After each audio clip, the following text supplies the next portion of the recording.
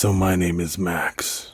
I'm currently 15 and this story happened to me at the age of 11 or 12. I can't remember the age too clearly. My friends and I love to explore, and any chance we can go explore, we do it. Here are the characters in my story. Max, which is myself. Bren, a close friend. Nick, a best friend that always explored with me. And the vanishing girl, the antagonist of this event. I wasn't actually at my house this time. I was at my best friend's house, aka Nick. And we were extremely excited to explore a creek near his place. We have explored this place multiple times, and every time we find something new. This was the third time something creepy happened at the creek. We have had a man chase us through the tunnel, and a cult that owned the creek that we had an encounter with.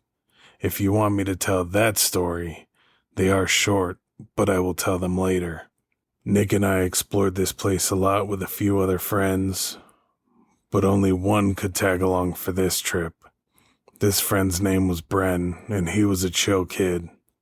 He was the oldest in the group, being about 14 at the time, and was kind of like the leader.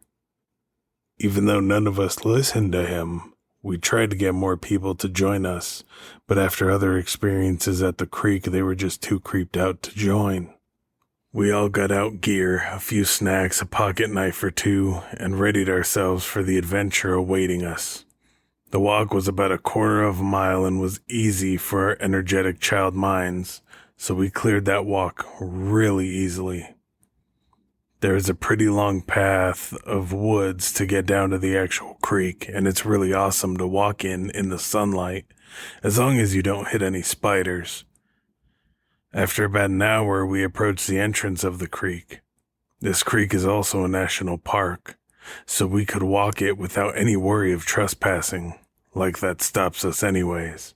We entered the creek side where there was a staircase waiting for us to go down. We wandered down the staircase doing what every kid does and skipping a few steps. I ended up falling because we were jumping and we'd all have a good laugh. All of us reached the bottom and splashed around in the cold creek water. It was amazing. I loved every second of the adventure. After about 20 minutes of splashing and just messing around, my best friend Nick tells us he knows of a cool area.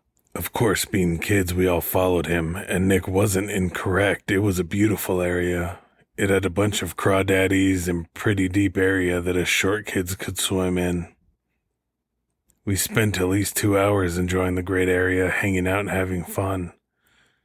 Eventually, the sun dips below the horizon and we had to go. Nick's mom didn't let us stay out late. We adventured to the staircase, somewhat scurrying up the stairs, about 100 steps or so. The group got to the trail that takes us to the street. A bunch of stupid kids wander down the path till we reach the end. We leave and get to the street, and then I turn around to see a woman. This woman has never been seen before from anyone in the group. She had a knife in hand and she was middle-aged with a nightgown. She was about 200 yards away from us and I was worried. I tell all my friends and then turn around and somehow, like in some cliche horror movie scene, she is gone. So after we saw the girl at the creek, my friends and I ran home. A white van kept following us and then the headlights would vanish when we turned back. It was some truly creepy shit. It took us forever to get home because we kept taking back roads to try and hide from this ghost car. After everyone got home, we sat down and talked about the day. It was only Nick and I in the house, and Brent had to go to his own house. After a while, Nick and I go to sleep, but little did I know Nick fell asleep with a story to tell. As we got up and wandered back outside to meet with Bren, we were surprised to see Bren was already at our front door. We asked him what happened, and he spoke.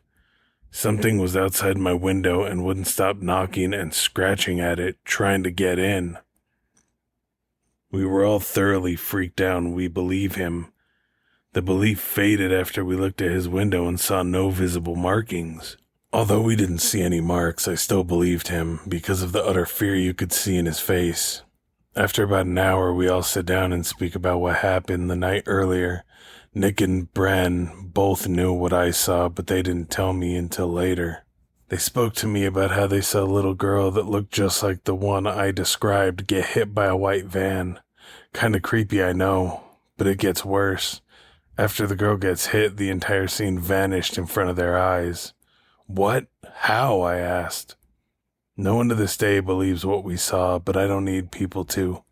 The group knows what we saw, and we are constantly searching for the girl to get our questions answered. What's interesting is that sounds like one of the personal stories I've told on here before that my cousin and I experienced. Very interesting.